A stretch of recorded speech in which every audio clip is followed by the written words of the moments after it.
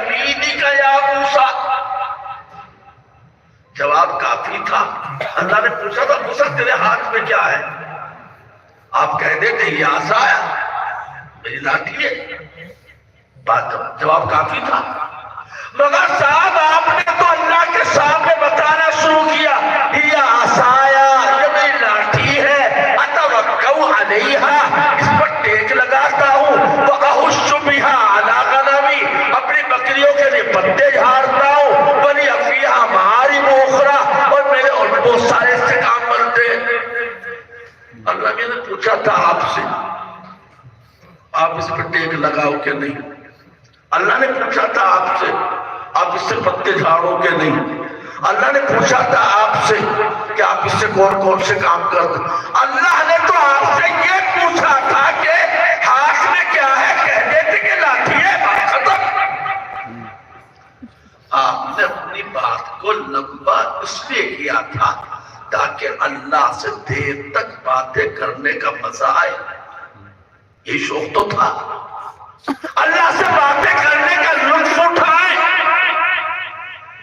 جب آپ اللہ سے لمبی بات کرنے کا مزہ لے سکتے ہیں تو میری بھی دین میں آیا ایک اللہ کے نبی، وہ بھی کلیم اللہ، میں بھی ان کے سامنے دیر تک باتیں کروں.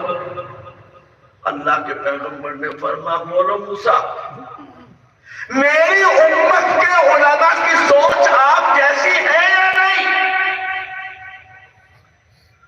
حضرت موسیٰ فرمانے کی جی بالکل، جیسی میری سوچ تھی وہی آپ کی امت کے علماء کی سوچ ہے. تو میرے محترم بزرگوں، اگرچہ یہ حدیث نہیں، علماء امتی کا انبیاء بنی اسرائیل حدیث نہیں، مشہور ہے جن کو تحقیق نہیں، پوری طرح واقفیت نہیں، وہ اس کو حدیث کہہ کے بھی بیان کر دیتے ہیں. علماء کا مقام بڑا اونچا ہے، جو علم دین کے راستے میں ہے، پڑھنے پڑھانے میں ہے. ان کے متعلق میرے آقا کا ارشاد ہے من سلک طریقا یلتمس فیہ علما سہل اللہ طریقا الی الجنہ. جو اللہ کے راستے میں دین حاصل کرنے کے لیے راستہ چلا، دین حاصل کرنے کے لیے سفر اس نے اختیار کیا، تو جس راستے پر وہ چلا اللہ تعالیٰ اس کے جنت کے راستے کو آسان فرما دیتے ہیں. گویا کہ علم دین حاصل کرنے والا راستہ حقیقت میں جنت والا راستہ ہے. یہ راستہ سہل اللہ طریقا الی الجنہ، یہ راستہ جنت میں کو جاتا ہے، جنت کی طرف جاتا ہے. اس لیے میرے محترم بزرگوں، میں نے ایک حدیث سنائی آپ کو، اس کا ترجمہ کر کے بات کو ختم کرتے ہیں. اللہ کے پیغمبر ہمارے آقا صلی اللہ علیہ وسلم نے ارشاد فرمایا کن عالما، کوشش کرو، تمنا کرو، ہو سکے تو کن عالما، عالم بنو. بن سکتے ہو عالم بنو، کوشش کرو اللہ ہم کو عالم بنا دے.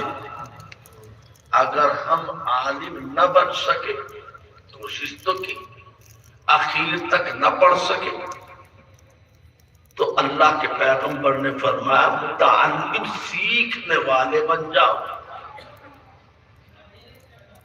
اگر عالم نہیں بن سکے تو اس علم کے سیکھنے والے بن جاؤ، اور سیکھنے کی کوئی عمر نہیں ہے.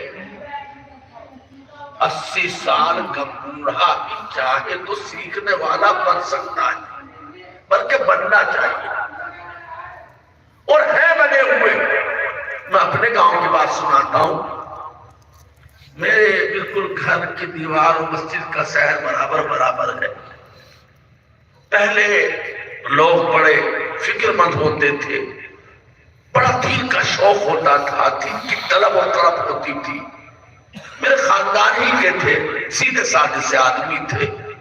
ان کی عمر اللہ کو پیارے ہو چکے بہت پہلے. اس وقت ان کی عمر 60-65 سال کی رہی ہوگی. ہماری مسجد کے امام تھے، ہمارے مدرسے کے استاد بھی تھے، حافظ عبد الرحمن رحمت اللہ علیہ، وہ بھی دنیا سے